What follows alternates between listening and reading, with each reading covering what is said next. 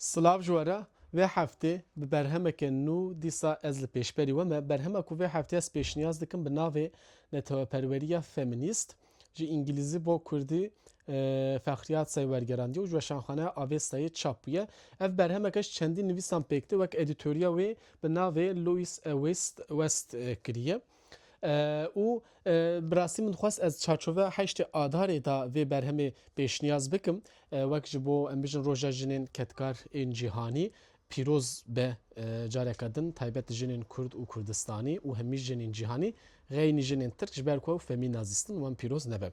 Beriya wê dixwazim çend gotinên rojda yeşî ku di derbarê mesela feminîzm û neteweperweriyê da bu ara parve bikim di kovara zaremeyê de ev nivîsa belav bûye di wê nivîsa xwe de dibêje jinên Kurd wek jin û wek endameke komeke dijmin duçarî êrişa dewleta Tirk dibin. Lewra jinên Kurd divê xwe wek jin û wek Kurd biparêzin.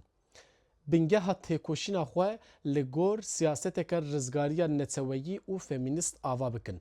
Wek dubare bikim siyaseteke rizgariya neteweyî û feminîst. Ji xwe ev berhema jî behsa çendîn tecrübeyên jinên ku xwe wek him feminîst û him jî neteweperwer pênase dikin û di wê em bêjin rizgariya ku milletê xwe netewa xwe da di nav wê têkoşînê de cî girtine bi rengeke feminîst û bi dengekî neteweperwerî. Îja divê em Kurd jî jinên Kurd jî bi taybet wek him feminîzmê û him jî neteweperweriyê bi hev re dikarin bimeşînin. Lê helbet hin alî hin derdor mixabin bawayekî dijminane êriş dikin. Ev tişta bi rastî ji bin va xelet e. Ji ber wê divê ev pirtûka bê xwendin, ev tecrübeyên milletên din, ev tecrübeyên jinên feminîst yên cîhanî ji Amerîka heta Asyaya dûr Kore em bêjin ji wir Fîlîpîn û em werin Afrikaya Başûr heta Filîstîn jî di vir de heye. Çendîn jinên wekî me got feminîst bi reng û dengekî xwe yê feminîzm û neteweperwerî çawa di nava wê têkoşîna